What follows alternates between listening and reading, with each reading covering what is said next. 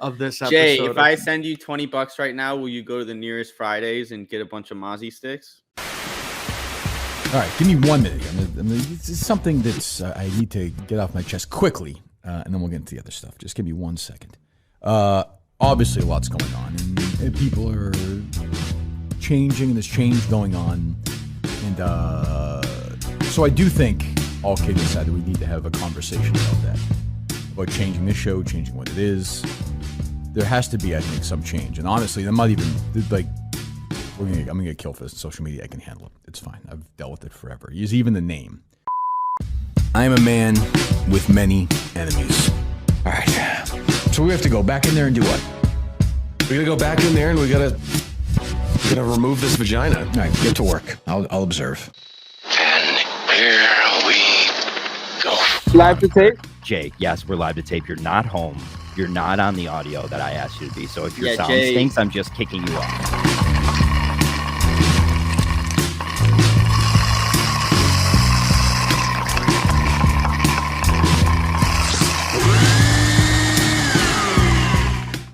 Friday. Okay. Jay, I won't eat them at Fridays, but I can give you a place I would eat them from. Bro, the Friday next to you, Brigham Circle has been closed. I won't go to Fridays. I'll go to somewhere worthy. Kick his ass out. You're done. You're done. You gotta kick him out. You gotta kick him out. That was. Yeah, I gave him the chance. Listen, I gave him the chance. No, you can't be doing this. This is like a minute in, and he's. Wow, showing some guts. Holy shit. Almost doesn't sound real. All right. So we're back. We have a lot to talk about. We have an episode from 2020. We're doing the episode Immunity. BA is here, a guy who just hasn't listened to the episode, but happy you're here, BA. I'm also with VD, who picked this episode. Happy to have you guys here. I'm not fucking. We're not doing introduction things. I want to get into this meta shit. Wait. A little background even before the Menners thing, because we had so Daver had booked me on Quantum Kirk like a few weeks ago before Davergate. And so I had spent like hours listening to the episode. I pulled all the clips. I uploaded them all to Google Drive. I sent it to John. I had a whole outline. And then like 30 minutes before we were supposed to record, Daver was like, I'm too tired. I don't want to do it. So a few weeks later when John was like, I'm taking the show back, I was like, I already spent all that time cutting all those clips and stuff, so why don't we just do that episode? So what episode are we reviewing? This episode is it's called Immunity. It was October 6th, 2020.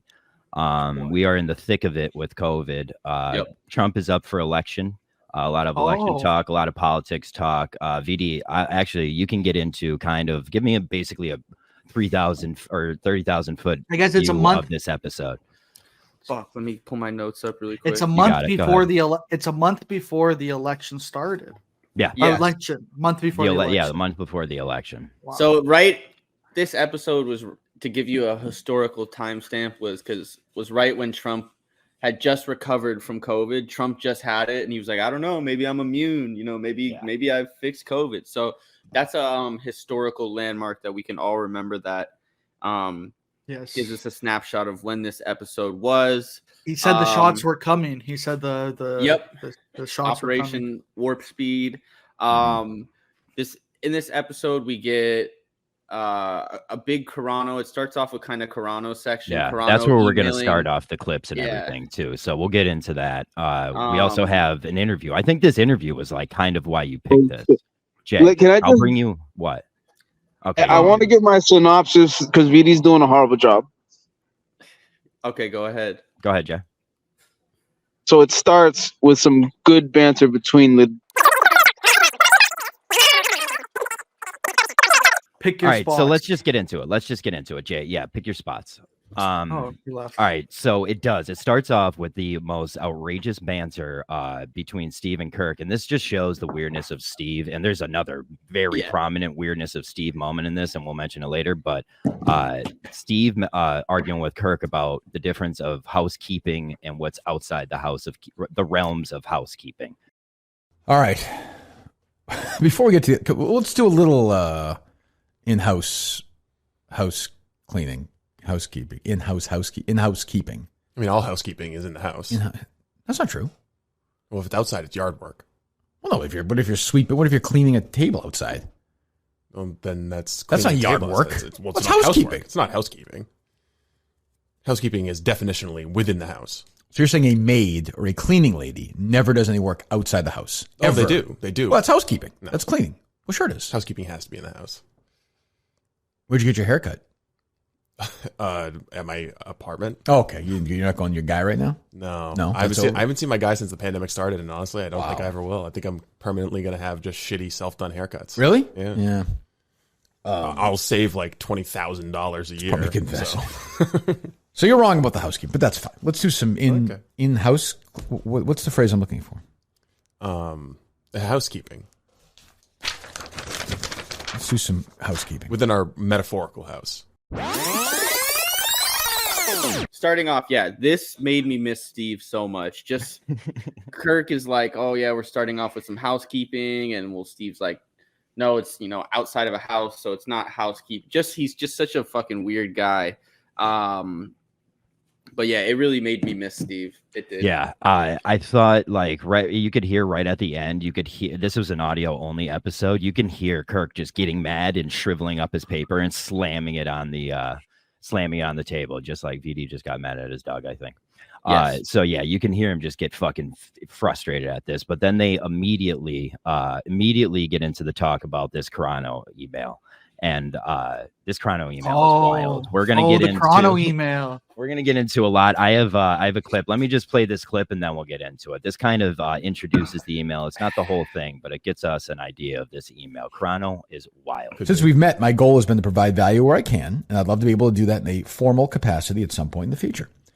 The most likely scenario is that I'll never get that job. Where I would be helpful is you decide to move to a subscription-based service, particularly if you intend to build a network of content creators. There is no doubt KM Network. Oh, he's already got the name for it? I mean, we've come up with that. It's KMN. I guess. I mean, it's like we're getting a lot of thought. Well, it's the name of the YouTube channel. Is it? Yeah. Oh, I didn't know that.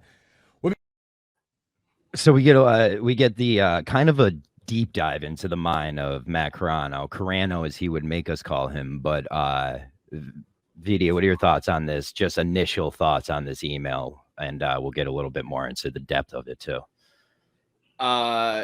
Very funny, especially when he goes through the whole description of it. It was definitely teetering on subscription talk era, which is funny. It seems like such a long time ago that it felt like subscription was impending, and of course here we are a few years later, and Kirk is like a Barstool guy.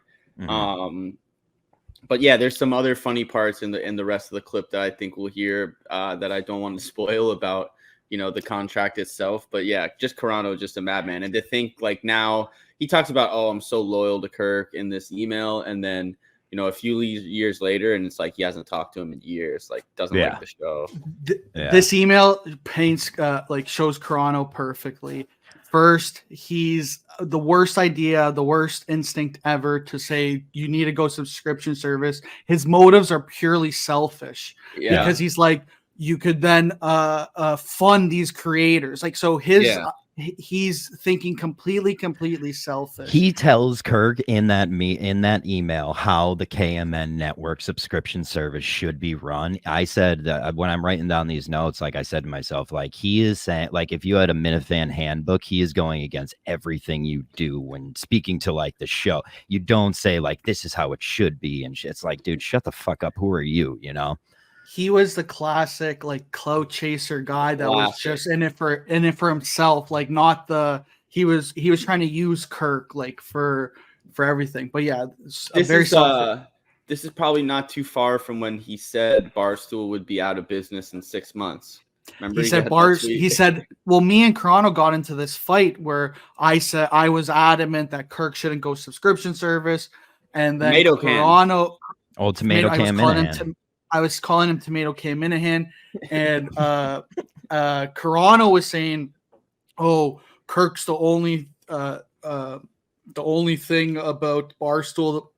Barstool will be irrelevant soon." Yeah. He was a big anti-Carabas guy. It was a very strong foundation of his argument as well. just his instincts. I would think if you ask Kirk now, him going subscription service or him staying at Barstool was much more lucrative financially than him talking like him. He would be talking to like a mini network at this time. Like how Basically. many 10,000 people max? Like, 10,000 people would be like, would be the dream, Yeah, like a little more juiced up version of Blind Mike Project, no offense, but it's also so much work, like doing everything on your own. And also, stuff. just think of the stuff that are not involved when you go subscription service. Everything we've had in the past week is a perfect example. He's not at Barstool Chicago doing that overnight stuff. He's not there in Chicago with them. The dozen isn't happening. Now, granted, yes, other things would have happened, but like look at the plus side of that. We got what we got. It's awesome. Yeah. You insulated it. There will be no new fans. They're not very exactly. And Carano is just trying to, at the root of this. He just wants a way for him to get paid for content. Yes, correct. He wants to make this job this show his job, and Carano has been like that since day one. Kirk barely knew who Carano was at this time. We were right about Carano. Kirk never quite apologized. I feel like he still likes him. He's still allowing him to be back into the world. I wouldn't doubt it. I guarantee it.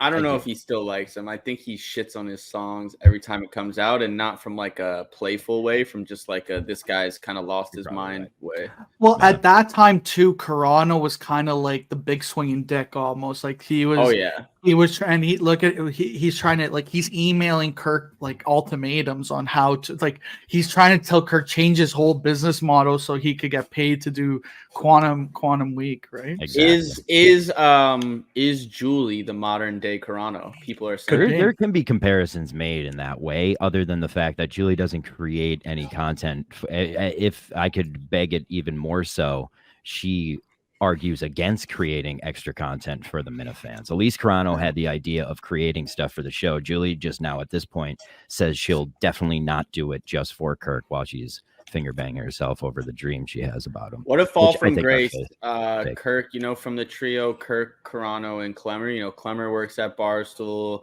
Kirk's got a new show with Portnoy, and Carano lives in a trailer. Yeah, I'm a trying man to write. Who called me a crack dealer on a national podcast. Which, trying to do parody songs for the Jerry Callahans of the world now. And not even, I don't think, making it. I don't even think he made it on the Jerry Callahan. He's lucky Kirk's giving him the play, Should we go to the next clip? So next clip we move on, and we're talking about, kind of hangers on of the show. And he brings up, Steve mentions the fact that he just talked to our boy, newly engaged, Willie G, the intern. Oh, no way. So Will called you again yesterday?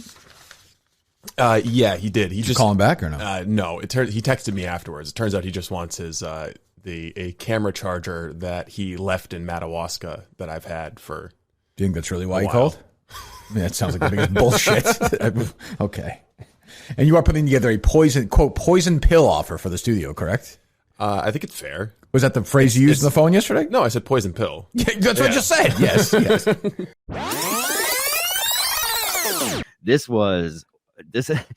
It's funny because how I'm making these clips, I hear Will's name immediately, and Will, my first notes I wrote about this, this whole episode was based around the fact Will wasn't just even mentioned.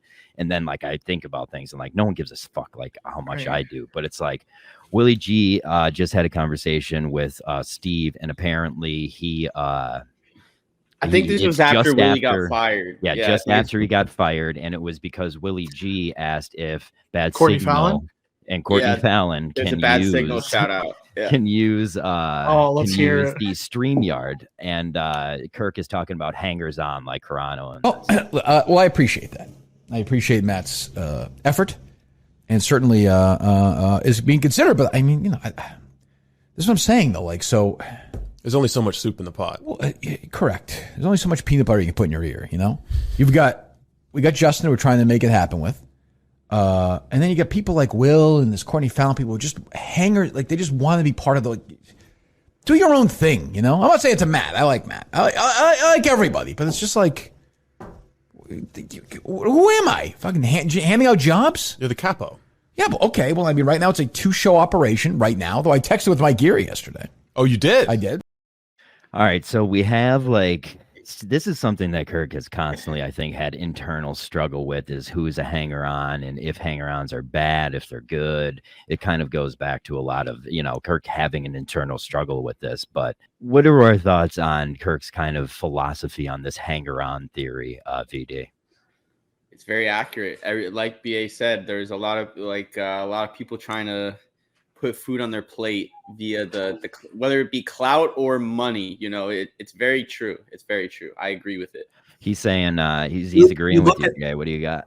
You look at that clip, and it's like they're like, we're trying to make it work for Justin, and it just worked now, like 4 years later. I know. Yeah. I have that as my first note about this. Justin was around at the first interns were great. It was Nick, it was Justin, and it was Will. You had 3 of the most different personalities you could ever have in the world. I guess Justin worked for the show for like a bit, like part-time during that time, but also Steve saying there's only so much soup in the pot is just it's so funny. There's some wild Steve clips, even the way he said you're the capo. It's just like everything he says. But it is true. Guy. Yeah, like Steve knowing the functional organizational chart of a modern La Costa Nostra. But yeah, there's a lot of stuff. There's a lot of stuff mentioned when it comes to this call with Will, though, too. Will has left his charger at the studio, and we actually mentioned this on a previous episode of this show. Is this the next clip? Is this the next clip? No, we have another clip after this stuff. We have a lot of clips, BA, don't worry. Yeah, no, I need. So Willie G has mentioned that this charger is still at the studio, and Steve, Willie G has never gotten that charger back since that day. So that just shows how much Willie G procrastinates. And to mention bad signal, I don't think it's going too well. So Willie G fired from the show for possibly something that wasn't worth it. It's okay. But they move on from that. They get into a little bit of political talk here. Some Marty Walsh talk about Meth Mile, which was some kind of crazy stuff. They have some Donald Trump against the lockdowns. Kirk basically does this whole thing in Jerry talk, which I love. I love Jerry talk. Are you guys fans of Kirk doing Jerry talk? Yeah, I fucking loved it. I love it. I don't care. It never gets old for me. And I wasn't even a fan of that shit back then. And then he gets into Trump's abortion policies. I have 2 clips from this. I thought were pretty fucking hysterical. The first one is, but he did say that in some cases, after a child's born, you just make it healthy and let it die. Like keep it comfortable and let it die. Well, would you wish that happened with Andy Mayo? No. I mean, Andy Mayo's life has value. To who? I'm sure his family loves scientists him. who look at those bolts. Like where? That's what I'm saying. Like there's some people. Like, it's okay though. You say it'd be fine if some people were dead. I don't know. If the draft came back, he might be useful. He's like 90. And he's so fat. What would he do? Sit there and bitch? His troops would kill him in about 3 seconds. So I love some good old Andy Mayo talk, man. And I love doing the show because you get to see the stuff that have been getting talked about since day one. Like Menners, Andy Mayo has been a guy that's been talked about for a while. And it's it's full circle because he's in the talk today. Is Andy Mayo good or not? So what are you guys' thoughts on it? He would be a terrible troop. He would be an awful troop. Always complaining. He'd be a bad for the unit. He'd be like, Sarge, run into that bunker. What if there's guys in there? Imagine Mayo is like, guys, we just need 6 to 12 hours of management training, and we're going to win this war. You know what I mean? These Nazis are going right to hell, boys. Imagine if Mayo 10 more hours. Imagine if Mayo was like the commander, and everyone's like, no one would be on the front lines. Everyone would be in the classroom, Yeah, working on their craft. How can we fight? Why are we even fighting? Yeah, why are we? What are we even fighting for? Yeah, trust me. We can win this war with the pen, not the sword. We can win this war. 4 sessions. I'll give you a deal. $200 per 6 hours. The war's won. I guarantee that. We got to do trust falls outside, guys. Let's go do trust falls. Guy who I wouldn't say is a clinger on. Andy Mayo is a man for himself. But we do go into a little bit more talk about COVID, and Steve compares COVID to something very, very troublesome in my eyes. It kind of seems like coronavirus is turning out to be like AIDS, in that if you have enough money, like AIDS. Oh, if you're rich enough, if you're rich enough, you're fine. I guess. just like what? This was a time when it was still pretty prominent. Like the president had to talk about it day after day, and Steve's like, Steve's making comparisons to AIDS there. But they move on to a little bit more talk about politics and stuff like that. They get into. One thing I always say, Kirk has an obsession with making someone out in the show or involved with the show out to be a pervert. And the arrow was or gay. And the arrow at this point in time was pointed at Mike Geary, which is funny because that arrow bounces around all the time. And they use it regularly against people. And once it catches, it catches. And I love that. So I thought that was pretty funny. Then we get into kind of what I would say is the fucking meat and potatoes of this fucking episode. And that's the Jonathan Saroff fucking interview. A guy, which if you guys don't remember this interview or this episode, it's October 6th, 2020. Listen to this episode. VD, I want to know why. Is this why you chose this episode?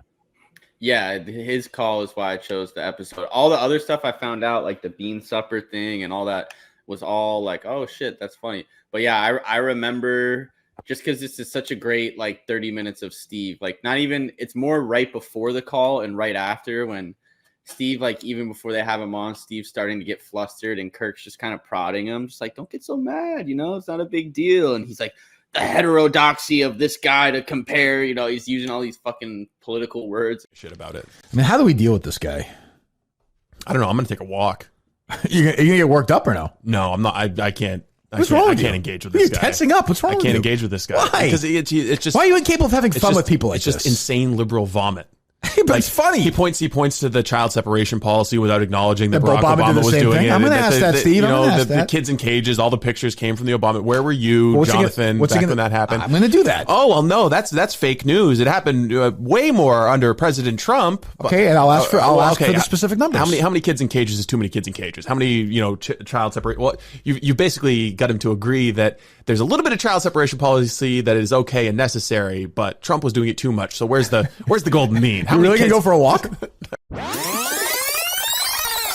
And shit, it's just it's classic Steve. And I actually remember that guy Jonathan Saroff being pretty funny, like just claiming the bit defense, but then he has some good one-liners in the call. Like he had a line where he's like, I don't want Trump dead. I don't want anyone dead, but there's been a few obituaries that I've read with a smile. Like, a few funny obituaries I've read with a smile. Now, a man who is moment by moment showing me more value on this show, a guy who hasn't re-listened to this episode. Do you remember this at all? Yeah, I remember this. I once I start hearing the interview, I'll remember it, but I remember it was very funny. It was like one of these ones where it's like clearly the guy, him and Kirk didn't agree on whatever, but they kind of like they laughed it off, I think, near the end. And but I was gonna say it's nice Kirk, even in 2020, was gave voices to two prominent members of the LGBT community, Matt Carano and Saroff. Yeah, true. Very true. That's very honorable of Kirk Financial. So Kirk introduces this a little earlier in the show, and we get this right. What else we got? What do we got? So we'll talk about our guest here in a little bit. We have a guest on today, Steve, which we'll talk about in a few minutes. The guy who fucking wrote that pathetic interview with Curtatone. Yes. Jonathan Saroff, is that right? I believe so, yeah. There's a story, how will Boston cope if Trump wins again? This guy is a lunatic. So we're going to talk, which I give this guy credit. He's coming on. I'm sure he knows who I am. I would think. I don't know. Maybe he's a contributing editor to Bomag. To Bomag, yeah. Okay, so we get kind of an intro at the beginning. Now, how this call starts off is fucking wild. Basically, they called him a little early, I think, and this kind of gives you a little deep dive into the mindset of this guy right off the bat to make you be like, wow, this is the kind of guy that like everyone that listens to this show fucking hates. All right. It's Jonathan? Yes. Or John? Jonathan?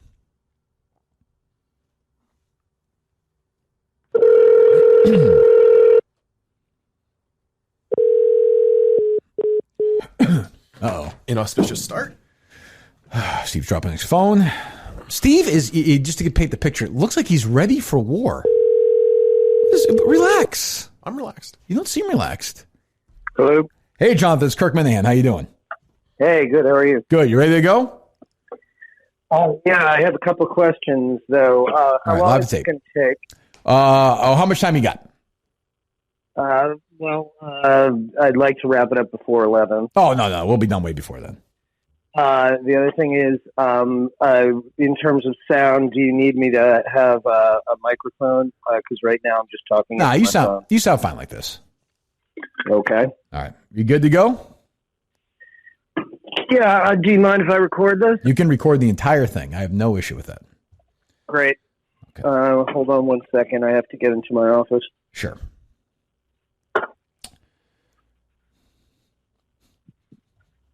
I have the tape.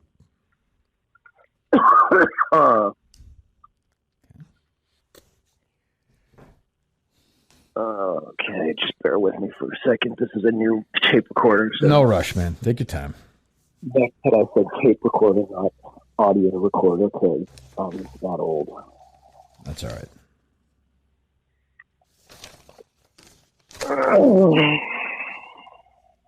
Excuse me.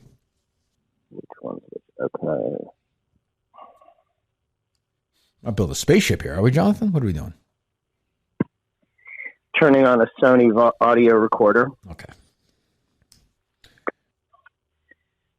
We are a little bit early after all. And he really just shows it because right off the bat, he's like, well, you did call me a little early. So I'm setting up my recorder. And it takes forever. Kirk is all over him for that.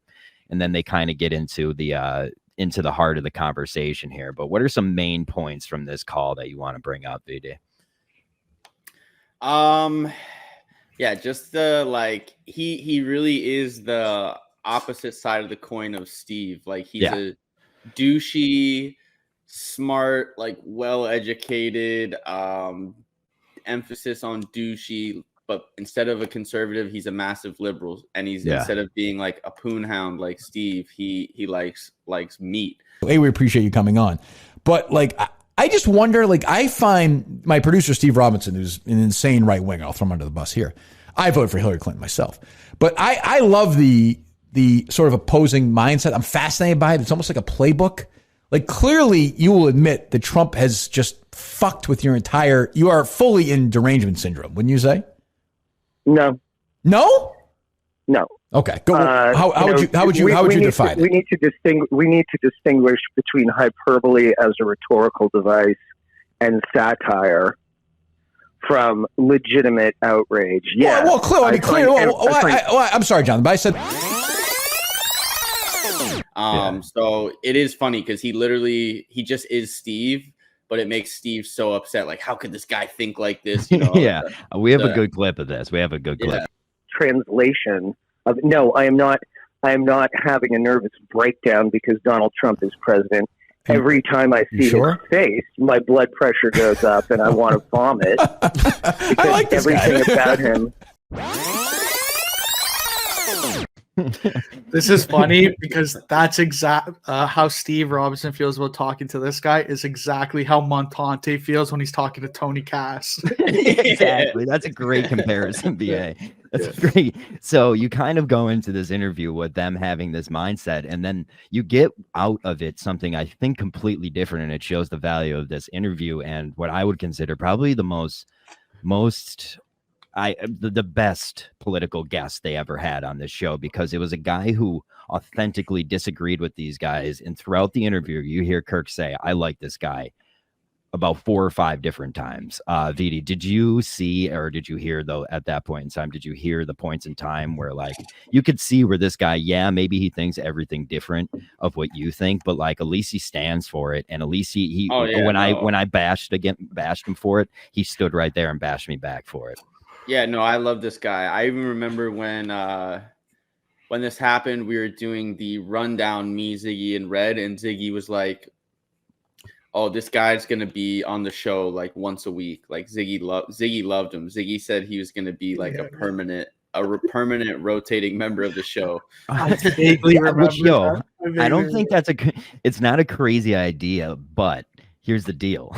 I thought he was good. It would be good to have that guy there, a guy who can bounce off shit and can do that. But if you think about it, it, was a very political show at that time. Yeah. Do you think there's a big difference in like, would that guy have lasted till now when it's a Barstool show? There's politics aren't around and that kind of stuff. So that's where Ziggy, I think, is wrong there. Go ahead, Bia. If you think about it now, this Soroff guy probably would be itching to come in once a week. You know what I mean? Or in or give him a shot like in studio once. It'd be funny to have someone like that in studio. There's a time where a guy like Soroff is valuable. I can't get this guy's name right, by the way. So you'll hear me say about it. It's such an easy name. I know, easy. And it's penetrating. It's 4 letters. Bro. It's so easy. It's disgraceful up there. But a guy like that would be valuable to bring in when they have a topical thing like that, because he is willing to battle back and forth. But this was a time before that, like before when guys like that were just allowed back into the studio. I think even Kirk's good, like Mutt or any of those guys. I mean, Mutt because of radio, but like, I don't think that was a time for that fucking type of thinking, you know? Well, Trump's coming back around. So maybe during the election, we can do it like 5 years later. I was thinking the same thing. So he, in this phone call, Soroff says that he's hoping that Trump doesn't get reelected, and a lot of disagreement from the boys. So, I mean, that was in October that everyone was thinking that Trump still had it kind of locked. So you get a lot. I love looking back at these episodes because you get to see kind of where everybody's heads were at that point in time, which is crazy to think about.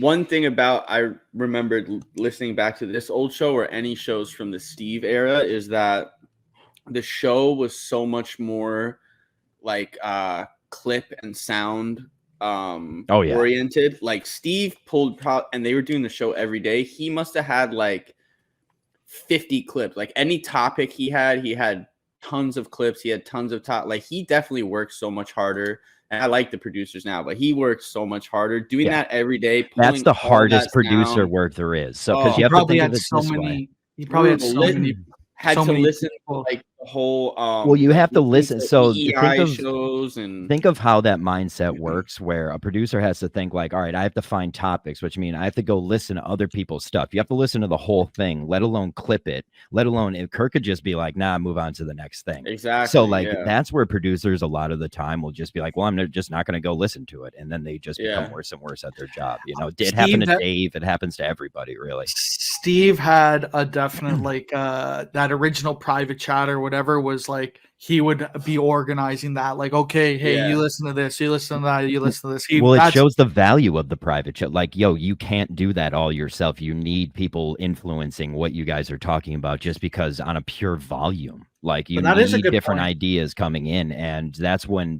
when the show started locking the doors up on the Minifans, like the private chat gets fucking disbanded. And but I feel like now, if you were to send, and it was kind of this way back then too, where like if you sent something and they talked about it, like now people would be like, oh, like Coleman, that was my idea, and then it becomes like a knock on Coleman, you know. So it's actually the people, those people actually working against themselves by doing that. It's the worst when people do, like, yo, if you're helping out the show, do not go brag about it. It's the last thing that'll help the show or the people who help the show. You're actually hurting.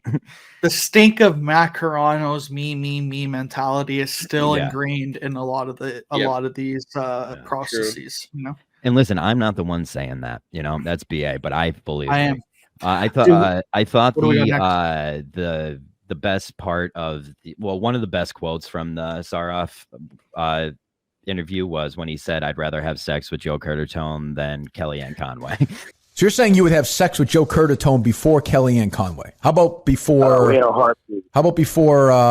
What's her name? Steve, the girl who just got COVID. Kaylee McEnany. Well, I'm gay, so you know. Oh, okay. Pretty Little Liar. That was a good quote to end. Do we have any clips of their interview? Don't worry about it. We have of that interview. I'm gonna basically put this the clips into this. I just didn't want to have to play all the clips, so don't worry about it. BA in post production.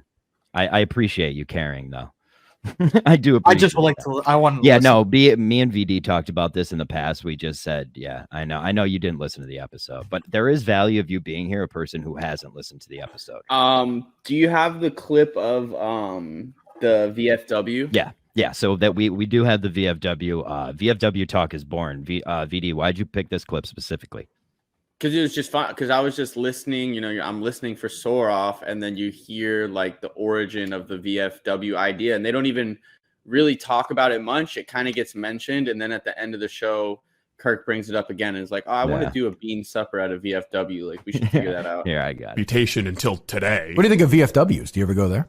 VFWs? Yeah. Did Howie ever do the VFW circuit or no? I don't know that we did. I mean, I've been to VFW. Whenever I think of VFWs, I think of like chicken dinners and like Jello and stuff, and people are just talking. No. Yeah, I think of like bean suppers. And listening to the local candidate for county commissioner. Well, bean supper is a big main thing. Yeah. So what is a bean supper? Well, it's a bean supper. Okay, what am I getting? I wanted to play to that part just because I love Steve saying, "Well, it's a bean supper."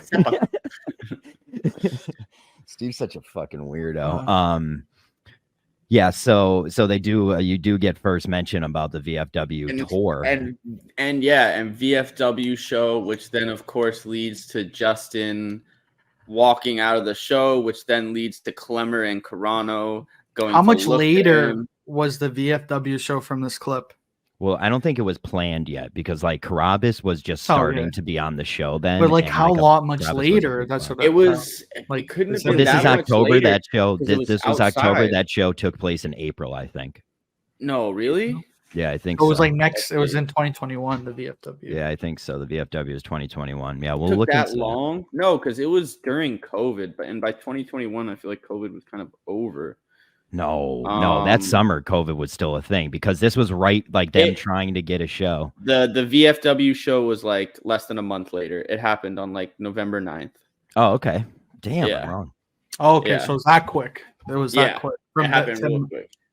Okay. Because I thought they were outside, but I guess in November you can be outside, really. Yeah, they had the tent. And what else came of the VFW? Yeah, you have Steve walking 50 miles or whatever too. Oh, fuck yeah, you're right. 50 miles, yeah. Manny Miles, which was a falsity. He definitely didn't do that. Manny Miles, yeah. Hashtag Manny Miles. I think he did it. I think he probably cheated a little bit, but I think he did most of it. He cheated more than Terry Fox, I think. Yeah. But you're right, VD. You brought up. It led to this, which led to that, which led to the Chrono thing. It's led to very, very many different things. I also, one of the clips I have for you is Big Cat Guy. If you want to play that. Play that one. That was funny to hear. Did test negative on Friday, by the way. Oh, is that right? Yep. Oh, good. All right. Hello. Kirky. Hey, what's up? What's up, buddy? Artie on the South Shore. Hey, have you seen any of the Billy Tibbetts rants he has on Instagram calling out Spittin' Chicklets guys?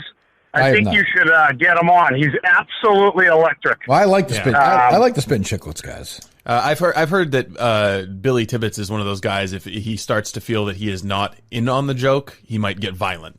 Oh, great. Okay. Anyway, and you got to play Riggs. You got to play him in golf and take him out. All right, maybe we'll do that. Thanks for the call. In 2019, he served 58 days for violating his probation, then pleaded guilty to 2 counts of criminal harassment against the Scituate police chief and the chief's sister, and 1 count each of violating a harassment prevention order, intimidating a witness, and driving a suspended license. Shortly after being released, he was arrested on new drug charges. Yeah, but have you seen his Tech Talk videos, dude? He goes after the Chicklets guys. I like the Chicklets guys. We could. I'm sure it's not funny. Bissonnette, by the way, I was reviewing cameos yesterday. So that was before Tibbetts Gate, right? Yes, absolutely. So I thought that was an ominous call. Like, Dan from on to calls and Dan from Newton. Yeah. Did Dan from Newton plant the Billy Tibbetts seed? Should he actually apologize for the whole Billy Tibbetts? I think we did just Artie find from South Shore. Yeah, Artie from South Shore. He's under an alias and leave fucking breadcrumbs to what could have been Kirk's children being harmed. So that was when I heard that, I was like, oh shit, that's very funny. So it's all these sliding doors moments, right? That's what's cool about listening to old shows. It's like Kirk being like, "Oh, I kind of like the Chicklets guys." Now he has a show with Whitney, With Ryan Whitney, and Ryan Whitney's the in Tibbetts studio. thing, the Tibbetts thing, which of course happened into the Tibbetts thing, and then it's like the fucking annoying ass big cat caller guy, who I like, but it just calls way too much. Is like has been just calling forever, just doing calls forever. Very funny, very very funny. That's awesome. But yeah, so we move into callers, obviously, but the first caller was the Trump caller. Kirk, this is your president, Donald Trump. Whoa. We're breaking news here. Steve, tweet out, please. Gotta tell you, I'm feeling pretty good, Kirk. I feel wonderful. I was concerned, sir. You're feeling good. I have a theory. I think Adam Minahan was the Trump caller. I don't fucking care if you guys agree with it. I don't want to know if I'm right. But fuck you. I think Adam Minahan's a Trump caller. Adam Minahan isn't talked to very much anymore, and we lost the Trump caller too. I have connections I can make. I'm willing to make those connections, and Kirk hates Adam Minahan now, and I want to patch up that relationship. I know it's a hot take, and I don't want to know if I'm right. If I'm right, Kirk, just think to yourself, should I abandon my brother? And then think, no. Wow. All right. But yeah, Trump call first. A very good call. I love Trump calls. Love them. Kirk, I've got to tell you, it's like a weekend in Palm Springs. Everyone should get COVID. Everybody. It's wonderful. We've been dealing with this the completely wrong way. I feel amazing, Kirk. You sound good, sir. Very you sound good, yeah. What happened? So how did you get it? Well, I'm sorry to tell you, this is a little bit of breaking news, but from Vice President Joe Biden, he's a super spreader. Oh, God. He's a super spreader, and the this fake really news changes are things. protecting him. What other calls did you think were prominent on there, VD? Any other callers? No, I don't have any Trump. We don't need to hear the audio. I just wanted to make my take about Trump, who it is. My Mikey Montante ruin it. I don't want to ruin it. I don't want to know if I'm right. But I feel like you should play a clip for each of these points. What's with you and the clips? Don't worry about the clips, PA. You're like, I'm on my fucking sandwiches. You haven't heard the episode. I understand. We can't that's play why. all clips. Some We people can't might. play all clips. Some people are not going to hear the episode. That's I understand, but Kirk doesn't like to listen to his own voice, and we like that Kirk is a fan of the show, so we don't play too many clips. I have 9 in this episode. I don't know if I had anything else for calls. Other things I have in my notes is that this was during Blind Mike's blind rehab hiatus. Oh, so really? They do mention, Kirk mentions like, oh, I actually did talk to Blind Mike. You know, he seems like he's doing good. So that was interesting. You kind of forget that ever happened where Blind Mike like got bullied into blind rehab, and then Trump said the Trump caller was like, yeah, I'm hanging out here with Blind Mike, guys. It's been great. It's been great. Yeah, there was some Fitzy sound. I love the era of playing the Fitzy sound. I love Fitzy. Fitzy, the Patriots jokes guy. So my brother who I live with, back in the day, I used to just we'd just be, sitting around watching TV, whatever. And I'd put those videos on and, he'd be on his phone. And after like a minute, he'd like look up and be like, what the fuck is this? Like, because it's so offensively not funny. And then now anytime I want to fuck with him, I'll be like, holy shit, did you see this? And send a link and he'll click it and be like, he gets like, I love that was a huge time. That was a huge era of shit any team's fans say. People getting big accounts because they made like, oh, Steelers fans would be saying this now on social media, and it was a big wave. And Fitzy rode that right into probably issues with Asian comments. But yeah, other prominent callers I saw, Chris visiting nurse from Rhode Island. His abortion, like that was the most like authentic Steve dedicated to the bit thing. Why? I was just bored. Like I loved when he just got crushed on nonstop. That was the best. Bob Hart's Abishola caller. Kirk looks into Bob Hart's Abishola because it's about to be renewed for a second season, and he goes, oh, wow, ratings are going up each year, season after season. That's pretty strange to see.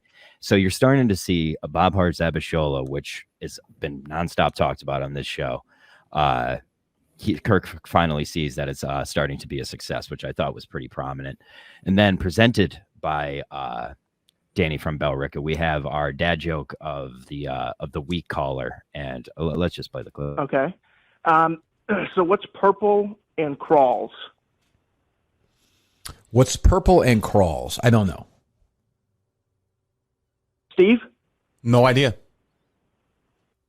A wounded grape. I'll hang up and listen. Thanks. All right, so dad joke of the week presented by Danny from Belrick. I thought it was great. Yeah, that was basically the callers, and that really kind of wraps up the show. They end after the callers. Calls something that hasn't been on the show a lot recently, boys. What are your thoughts on that? BA? I think it's crazy. No, we got the grape joke clip, but not the Trump call clip. Oh, there in this episode. Actually, there's. I'm going to remind everyone, BA didn't listen to this episode, and I thought the dad joke was kind to Bunch and Danny in the episode. It's presented by Danny's dad jokes. You did. There's a call from a guy in Denmark who's like, "Oh, I'm a diehard KMS fan," and like they talk about Denmark for a little bit, and then you just wonder, like, oh, who is the Denmark guy? You know, because he's probably somebody on Twitter. He's probably, you know. Yeah, I have the Denmark guy calling. Yeah, you have play it just because it'll. No. I don't have the clip. No, I don't. God, if I didn't have the Trump clip and had the Denmark guy, that's what I was gonna. I had the Denmark guy written down in my notes. It's weird. It's a weird call. It's a real. Yeah. Kirk's like, I kind of like your voice. It just makes me feel calm.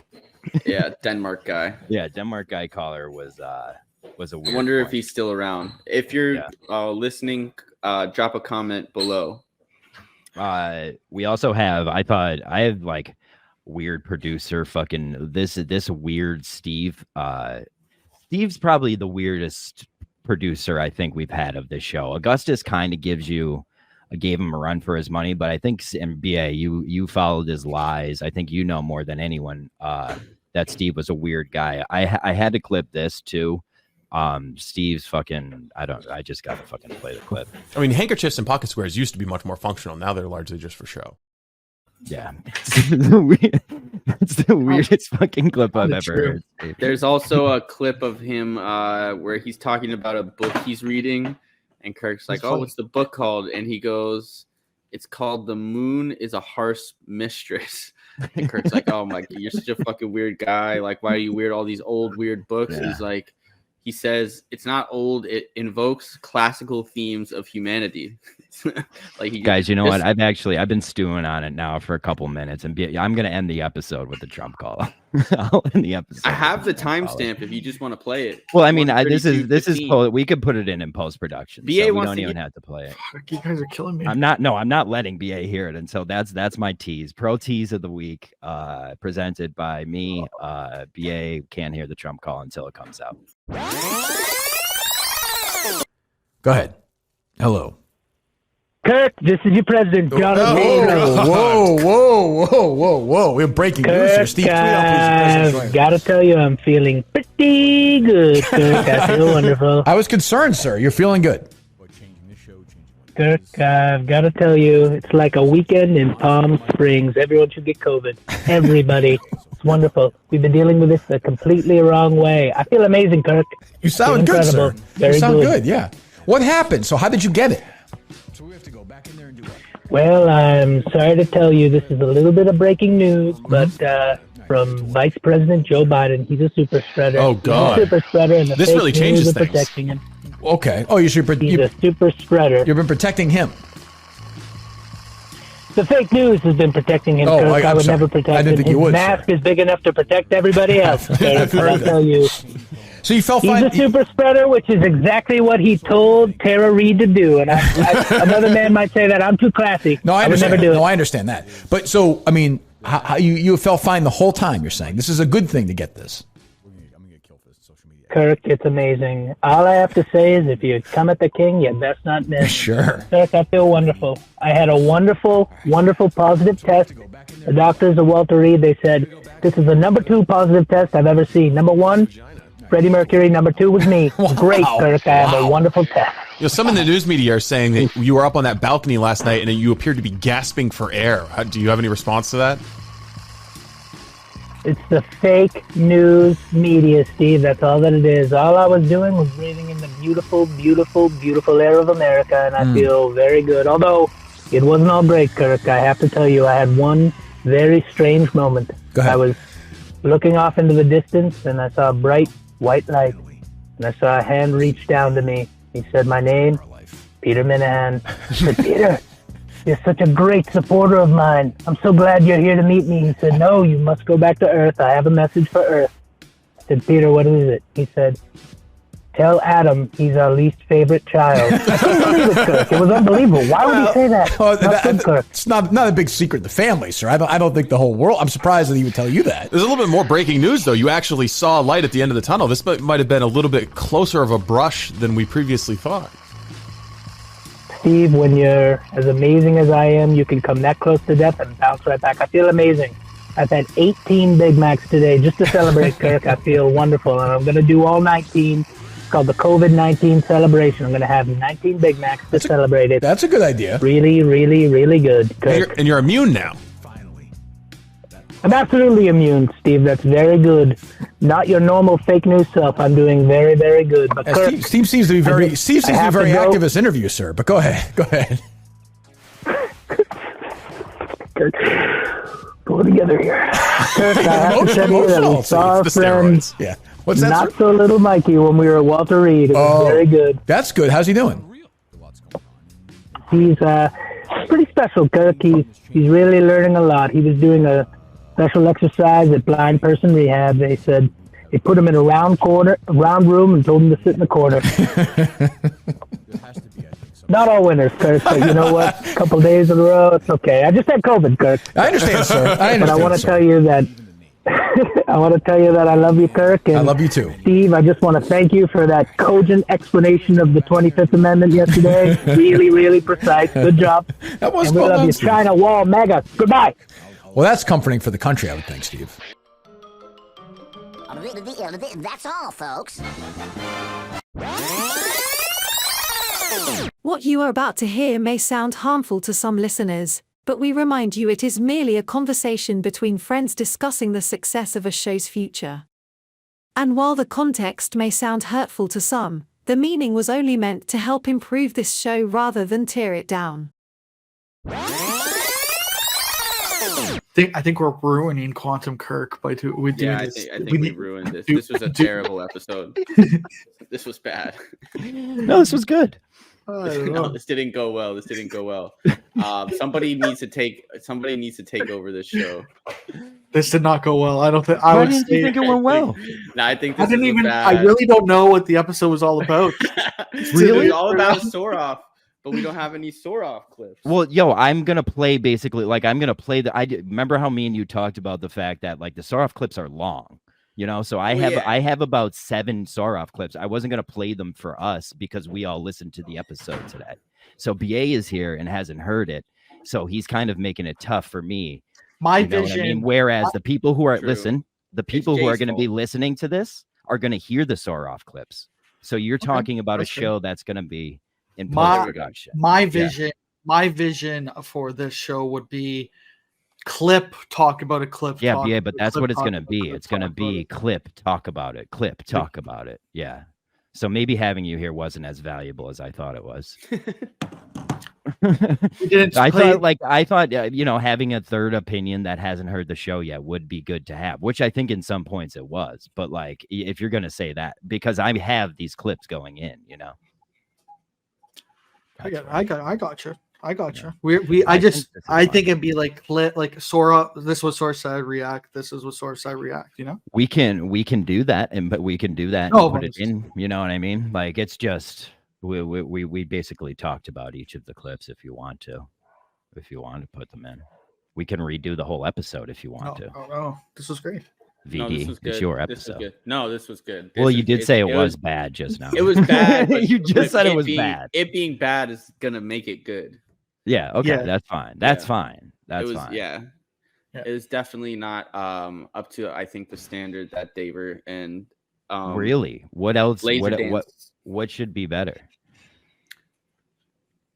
I don't know. It wasn't bad, dude. I'm just messing around. Oh no, I know. It was trying fine. to pick your No, it was fine. It was fine. It's just hard too because I did listen to the episode, but I listened to it. It's tough to have BA in here who hasn't. I listened to it like 6 weeks ago when I was supposed to record. But see, I would think you go through. But like, that's how it is. Beginning, middle, and end. Oh, that's what we did do. You haven't heard the episode. I did go beginning, middle, and end. Every clip I did have was. I think maybe I'm thrown off with no clips for the. From the interview. And I literally didn't want to put them in while we were recording because it's us having to talk about something. The clips are long, they're like 5-minute clips. You can only listen to. Why would you put a 5-minute clip of him? Wouldn't it just be? It's not going to be. They're going to be cut up more, but it's us having to listen to all 5 minutes of that clip. We talked about all those things. If you do it a minute at a time, I don't know. We'll see. That was just an example. That was just an example. That's all I'm saying. All right, fellas. I gotta skedaddle. Wait, Jay is here. Do we want to restart and do it with Jay?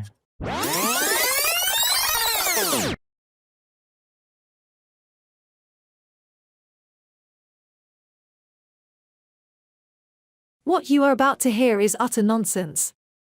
In no way, shape, or form do we stand by anything Jay says, or does. And while we love him as a brother, it's a biblical love. The kind in which you wish to kill your brother. Viewer discretion is advised. I gotta skedaddle. All right, peace, bud. All right. Free the North End. Free the North End. Fuck Mayor Wu. You weren't anything. Bring back Marty. Bring back Marty. Immunity. Okay. Pick my spots, BA. Pick my spots. You're gonna take this out anyway. No, I'm not. I'm leaving all yours. You were gonna be. I was just gonna put you on mute because you could hear yourself in the background. You're gonna tell me what to do. You're gonna tell me what to do. I was gonna put you on mute because you could hear. You're my boss. If I'm on this show, right? If this show is on the network, you're my boss. Isn't this John's show?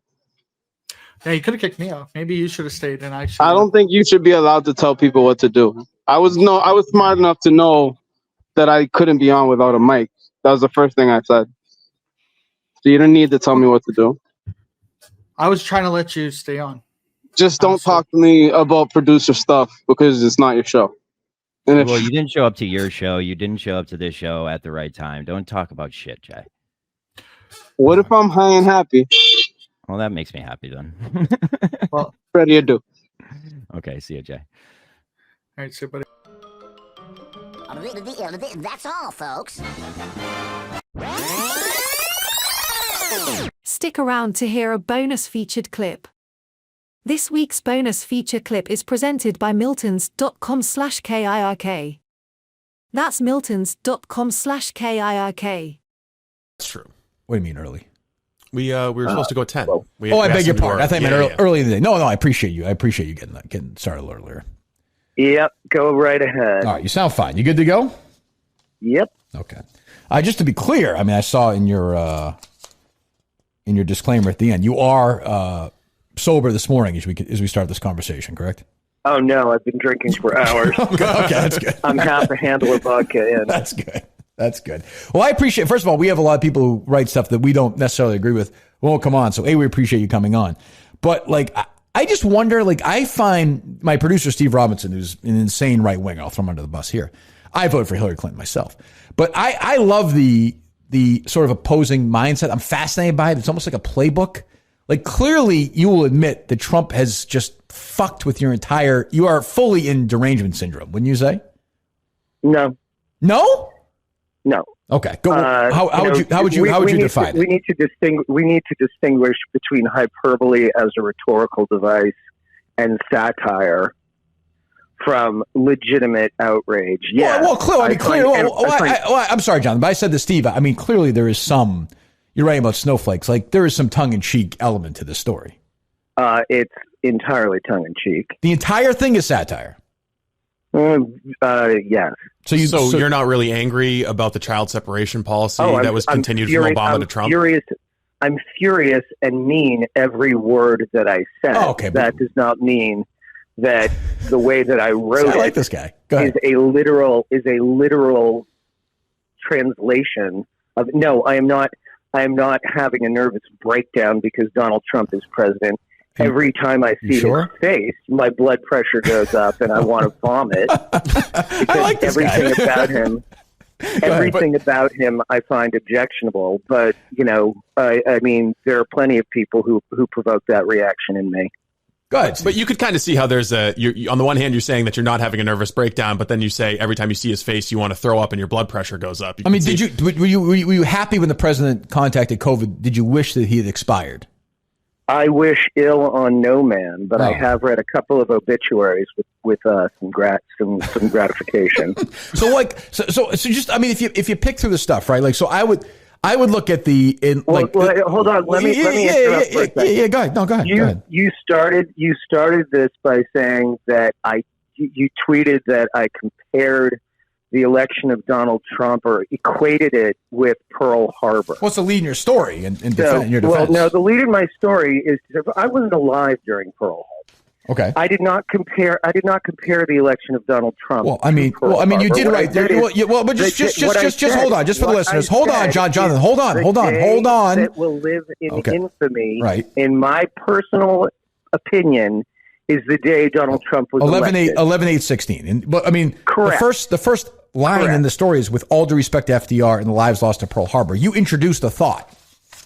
Yes, I introduced. Okay, so there you go. So yes. But parse the thought. I am not comparing. Pearl Harbor was Japanese kamikaze pilots attacking a U.S. naval base. The election of a U.S. president is not the same thing, as much of a disaster as it is. And if you really want to compare Pearl Harbor and the Trump presidency, 2,500 people died at Pearl Harbor and 210,000 Americans are dead from COVID, which I lay squarely on Donald Trump's doorstep. So you're saying that Trump is worse than Pearl Harbor. Then you just by giving those two numbers. In terms of the number of Americans dead, absolutely, 100%. Okay, so then I would argue that if Trump had been more aggressive and closed the borders immediately when COVID started, and he never closed the borders. I know he did. Jonathan, we got to go back and forth here, man. I could give you all the time you want. Which he wanted to do, and big liberals like Joe Biden said, if you do that, that's racist, that's xenophobia. So I would argue that the Democrats on this one, sure they did, and the Democrats on this one are. And by the way, Trump dropped the ball on this. I'm happy to criticize the way Trump handled it, but the problem is I think people on the left, I'm not saying you necessarily, but people on the left will not say that people like, for instance, Cuomo in New York with the senior centers also fucked up. I think it's been a complete fuck up by everybody, Trump included. Would you say the left has responsibility as well as the right? I would say everybody bears some responsibility, but guess where the buck stops? With the guy at the very top. We should have had reliable test tracing. We should have, you know who closed their borders? Shithole countries like Uganda, as Trump would put it. And they successfully managed to control the spread of the disease. The United States did not close any borders. But if they did, if they did, the hardcore lefties would have been screaming about racism Steve. Look, I am left at the left of the left, yeah. And I would not have. And had we said, okay, absolutely no one goes in or out from China because this is a deadly pathogen that spreads in ways we don't understand. Every single thing about this administration. Jonathan, I believe that you believe that. I'll say you believe that. Marty Walsh, Nancy Pelosi, these people were touring Chinatown in February and March saying, you have to eat here. You can't be against it. We have to let everyone in. We can't do this. We can't be intolerant. This was going on in February and March. No, you know what? It was, but The reason the Bay Area initially did a really good job of containing COVID is because the mayor saw that in Chinatown, people weren't having the celebrations that they normally have because their family in China was saying, there's something going down here that's really scary, and nobody wanted anything to do with it. That is not racist. That is not lefties like up in arms. That person is actually a Democrat who made that call, and nobody was up in arms about it. So this whole the left would let's stop like prognosticating about what the left might have done. Why? I know what they I agree. I agree. Oh, go ahead. I agree with that point, Jonathan. Let's not talk about what they might have done. Let's talk about what they did. Well, do you think you're talking about? Hold on. Go ahead, Steve. Do you think it's possible that some cases of coronavirus were spread at the mass civil protests and riots that are ongoing across the country? Absolutely, and I'd say that Amy Coney Barrett's was a super spreader event. I'm talking about the protests and demonstrations following the death of George Floyd. Talking about. I have no doubt, and I honestly think it was necessary, given the shit that's going down in this country. Do you think if Barack Obama were president or if Hillary Clinton had been elected, that cop in Minneapolis would have been? Hold on. Okay. When Obama was president, yeah, SARS, and Homeland was Security. Okay. Homeland Security. Do you think if Barack Obama or Hillary Clinton were president, and that idiot cop in Minnesota was in that situation, that George Floyd would be alive today? Do you think that was Trump related? No, but I think Trump has emboldened these racist that particular officer. You think was emboldened by Donald Trump? I think everybody who has a racist bone in their body has been emboldened by Donald Trump. Yeah. Okay, Steve, any questions? Go ahead. I'm just getting back to these mass. By the way, just keep in mind the gentleman you've been listening to for the last 15 minutes. His piece was satirical about his hatred of Donald Trump. Just to keep that in mind. But Jonathan, I'm just saying you're really worked up about this one. The nomination ceremony for Amy Coney Barrett being a super spreader event. A lot of young, fit, healthy people or connected people. They're going to be taken care of. But on the other hand, which by the way, it absolutely he's right. It absolutely was. It is a super spreader event. Totally. But on the other hand, we've seen millions of people protesting. A lot of them without masks on. We've seen huge gatherings of predominantly liberal people getting together, flouting coronavirus rules at the same time where, if your dad dies, you can't go to his funeral or something like that. I mean, have you been screaming about the hypocrisy here when it comes to what liberals are saying about how these guidelines are followed? Those are Americans doing something that they actually consider important. Not people going to a motorcycle rally in South but those are Americans doing something they think is important. Going to your parents' funeral is Americans doing something they think. No, see what it is. No, Jonathan, those are Americans doing something you think is important. Well, I would say in Jonathan's defense, I do think is a little bit more important than riding your motorcycle. You think burning down a police station is more important than getting together and forming the common associations that are the bedrock of American society? I think that. You have a very rosy-eyed view of what these protesters are doing. Oh, really? Have you been to the protest? I have, in fact. Were you there? I actually marched in Jamaica Plain. Okay.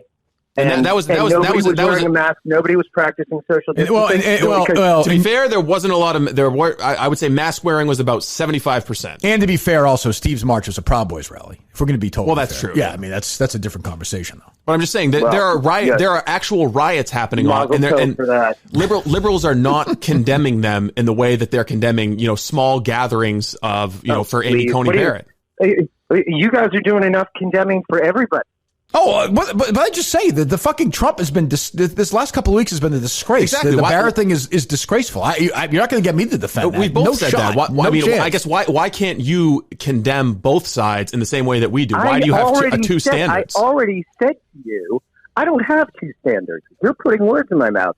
I said to you, I have absolutely no doubt that those protests added to the spread of COVID.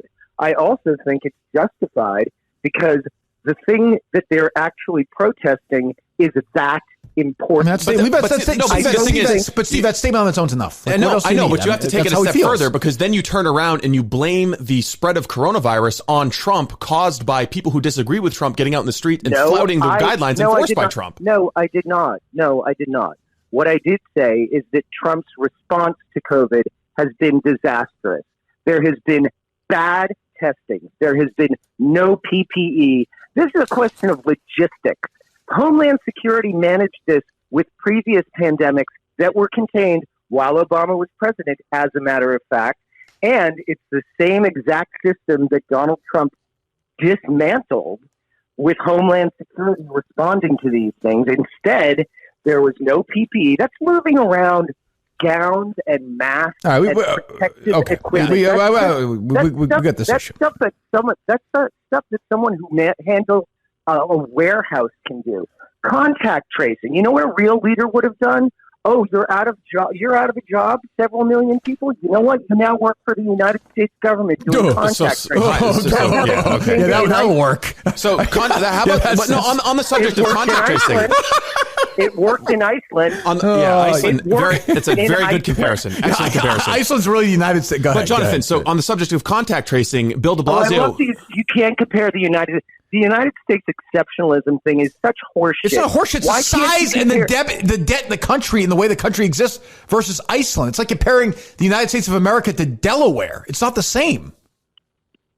No, it's not the same, but that doesn't mean it can't be done. No, it actually can't be done. But so just on the subject of contact tracing, I agree. I agree. It cannot be done. Correct. Good comeback. It cannot be done. No, it cannot. Because who's tried it? In New York City, they tried contact. It can't be done. In New York City, they tried. It cannot be done because you decided that the United States is its own exceptional situation. No, who said that? Any other solution? Jonathan, the ball is rolled down too fast. We cannot turn the United States into Iceland.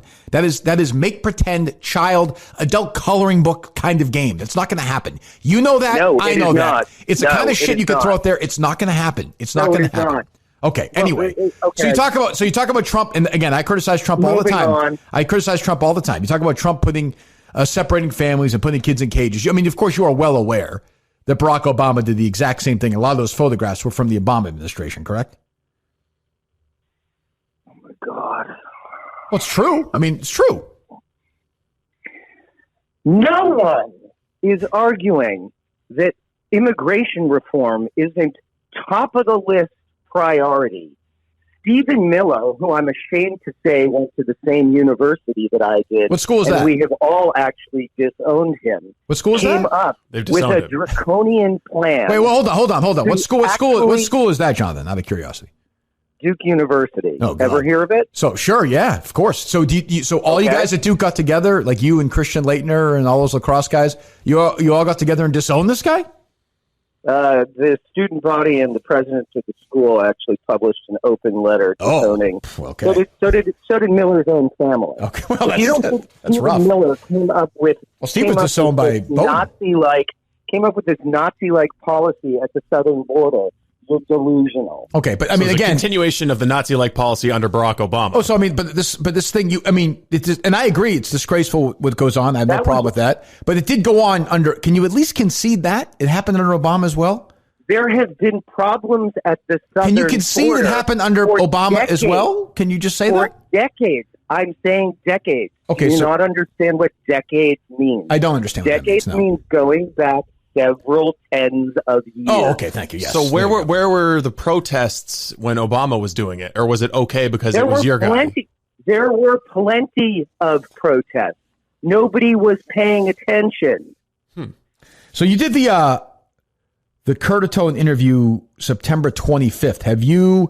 It's now October 6th. I guess is it too early to figure out if you're pregnant now after that interview, where you basically let them just have sex with you or no? I'd rather have sex with Curtatone certainly than say Kellyanne Conway. That's fair. That's a good answer. You're funny. I can't help it. I like you. I hate Curtatone, but I mean was that a puff piece? Holy moly, Jonathan! Jesus. No, actually, joke. Yeah, call it what you will. Oh. You didn't ask him about his lawsuit against a certain podcast host that you're talking with. Yeah, we're. No, I actually did. What did he say? It was off the record. Oh, okay. What did he say?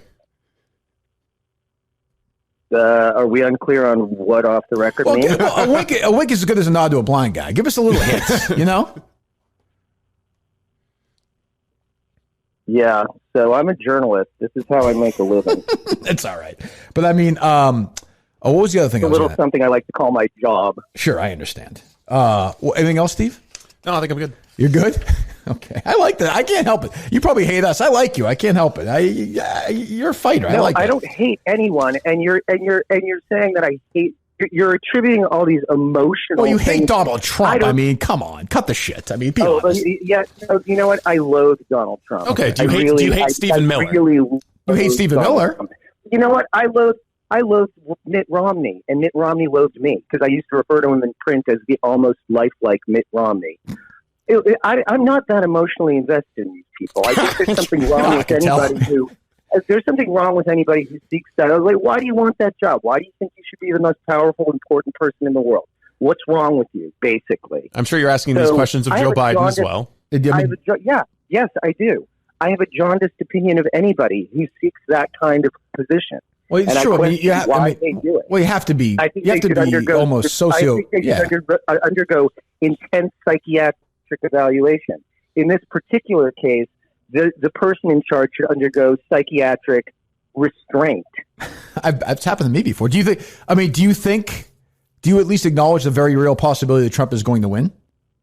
Sure. Yeah. I mean, I just feel like I don't trust any of these pollsters. This is the same shit I heard 4 years The ago. electorate of this country has proven what an incredibly pathetic, uninformed, ignorant bunch of complete and total shitheads they are. What percent of the population would like you this say? guy. What percent of the population would you say aren't ignorant, corrupt shitheads? The older I get, the more it's sinking to below single digits. So you're saying you would have sex with Joe Curtatone before Kellyanne Conway? How about before? In a heartbeat. How about before? What's her name? Steve, the girl who just got COVID. Kayleigh McEnany. Well, I'm gay, so you know. Oh, okay. What, the new Pretty Little Liar. Would you have? I saw that. Would you? Okay. Would you have sex with Mitt Romney or Joe Curtatone first? Mitt Romney's not a bad-looking older He's guy. a handsome man.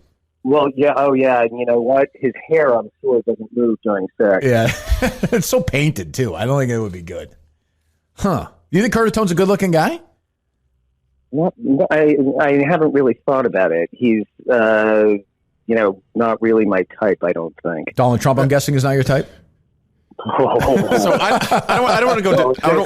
Thanks, because I'm trying to take a few pounds off, and the very suggestion just put me off my feet for the rest. Hold on, 1 second, Steve. 1 second. Let me ask you this. My theory. Okay. My pet. I've been saying this for years, Jonathan.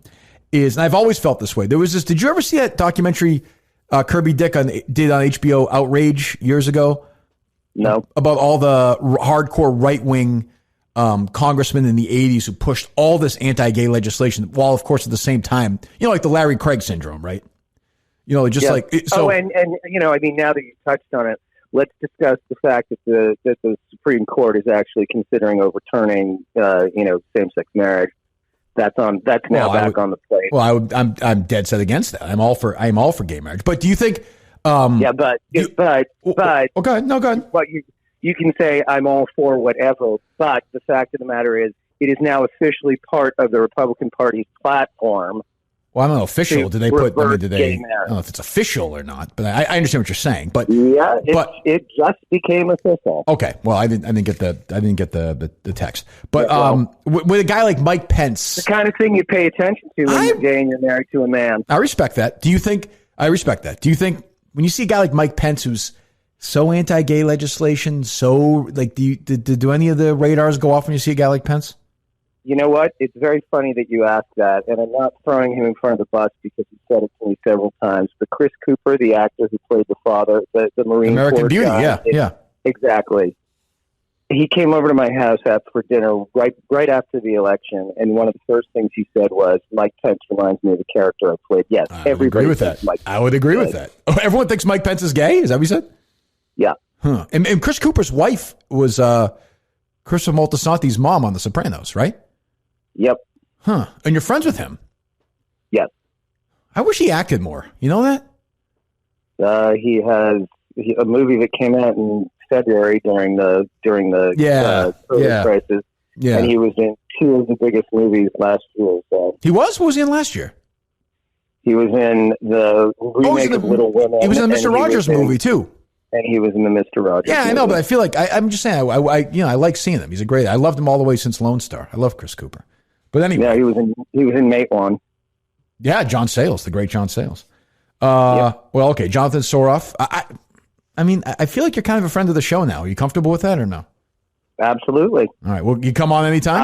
I will scream at you anytime you want. I appreciate that, Steve. What you got anything to promote? Anything to plug? Oh yeah. What do you got? Yeah, anything you want to? No, go read my story in Boston Magazine, and I guess if you're on the right, you'll get your knickers in a twist because apparently I'm a snowflake who can't handle. Did you read the last paragraph? I'm not threatened by this. I don't think Donald Trump is going to win. I'm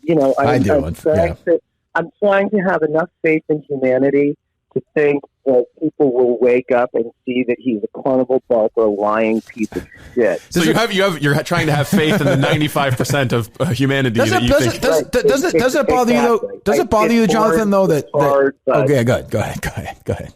No. I said it's hard, but yeah, I'm trying. Does it bother you though? Like it would bother me that the best the fucking Democrats can come up with. Just forget Trump exists for a moment. The best I come up with is a 77-year-old fucking retread without an original thought in his head. Okay, the best that the left came up with last time was someone who had served as First Lady, Secretary of State, and the United States Senator. Yeah, also the most corrupt woman to ever run for but also so much baggage with her though. You know that. He clearly wasn't electable, but talk about okay, I'm the guy collecting resumes. The job is President of the United States. Oh, you hosted a reality show, bankrupted casinos. See what I mean? I said, forget Trump. Forget Trump. The question I asked was, forget Trump. You can't forget Trump. Okay. No, I'm saying those two resumes come over the transom. One of them is somebody who has 3 of the top positions, arguably, in the United. And I would say that being Secretary of State is just as important. I don't think First Lady is one of the 3 most important positions in the United States. No, that's the one. That's the one that I'm offering a qualification. Secretary of State's a hugely important position. Senator, Secretary of State, and what? Secretary of State. Yeah. Okay. Yeah, I agree. So, okay, two of the most important federal governmental positions. No question. And then you have a guy who was the host of The Apprentice. Well, I mean, Hillary killed more people. On paper, you're just the employer. You're the person hiring somebody. On paper, who are you going to give the interview to? But that's a loaded question because you're not counting the baggage that Hillary comes with. You know that. You know that. And by the way, I looked at it when we talked about this. We talked about the Democratic, like grabbing women by the pussy. Terrible, stupid. You're arguing with. I agree. I think we're talking more about like violations of the Espionage Act. They both came along with plenty of baggage. And how many of those investigations into Hillary's emails and Benghazi and those? What did that all net? Actually, quite a lot. But I think it cost her the election. I think. But I would also say, like when I looked at, forget that. I'm saying, Kamala Harris, whether you like her or not, smart, young, vibrant, energy. My guy, Mayor Pete, who I endorsed. Correct, Steve? Yes. I endorsed my guy, Mayor Pete. I would so much rather, if I'm a Democrat, have these people than have fucking Joe Biden up there, feeble, just tired. He's bet 5 million times retread. If I'm a Democrat, I'm like, forget Trump. This is the fucking best we can do. I'm sorry. This Biden as a doddering old fool is accurate. Is just, no, it is not. No, he's 78 years old in November. Okay, well, I'd rather replace forget Trump. An obese. All right, forget it. We can't. You can't. Who can? All right, go ahead. All right, we'll talk to you later. Who can at least ride a bicycle? All right, we'll talk to you later, Jonathan. All right. See you, buddy. That's all, folks.